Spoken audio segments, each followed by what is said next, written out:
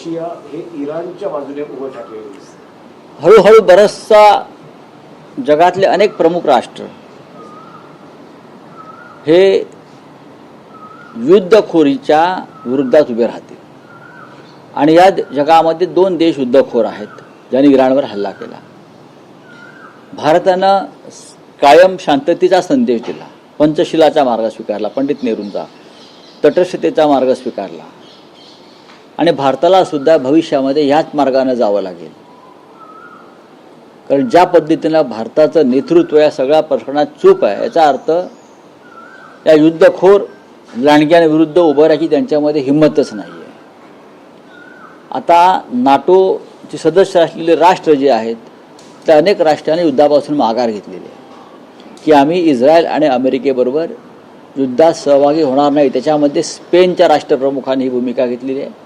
त्याच्यामध्ये ब्रिटनच्या prime minister यांनी ही भूमिका घेतलेली आहे. त्यानंतर इतर काही राष्ट्र याच भूमिकेत आहेत. हे युद्ध बराच काळ चालणार आहे. 7-8 दिवस 10 दिवस पण बराच काळ युद्ध चालेल. इराणची जनता झुंजार आहे असं माझं कायम म्हणणं आहे. त्यांना एक फार मोठी परंपरा आहे शेकडो वर्षाची आणि त्याचे परिणाम भविष्यामध्ये भारताला भोगावे लागतील असं मला सारखं आम्हाला वाटतंय.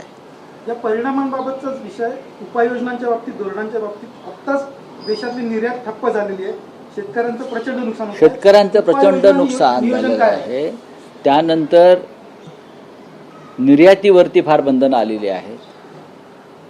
आमचं शेती उत्पादनं, आमचं फळफळावळ, आमचं इतर काही अनेक गोष्टी, कपडा बरं का, टेक्स्टाईल, या सगळ्या गोष्टींवरती बंधनं आलेली आहेत. आणि ह्याच्यावरती सरकारकडे कोणतीही भूमिका या क्षणी नाही.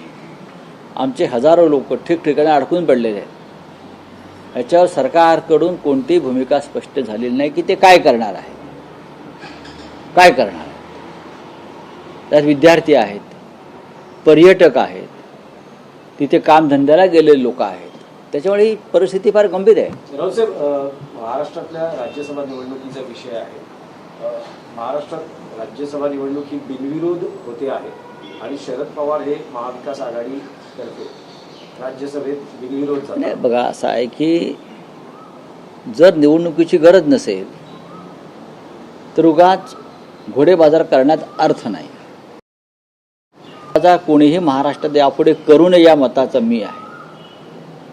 महाराष्ट्रातल्या प्रत्येक निवडणुकीमध्ये विधान परिषद आणि राज्यसभा, 1-2 विधान परिषदा आणि 1 राज्यसभा निवडून देण्याइतकं बळ महाविकास आघाडीमध्ये आहे.